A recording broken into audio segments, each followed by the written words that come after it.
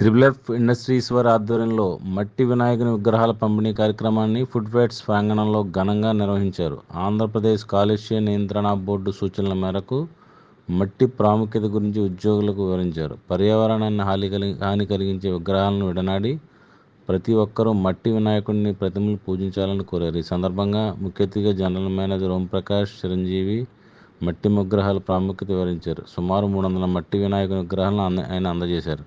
ఈ కార్యక్రమంలో general manager Janardhan, G Srinivasa Reddy, Vemala Srinivas, food fairs and fertilizers సిబ్బంది తదితరులు పాల్గొన్నారు.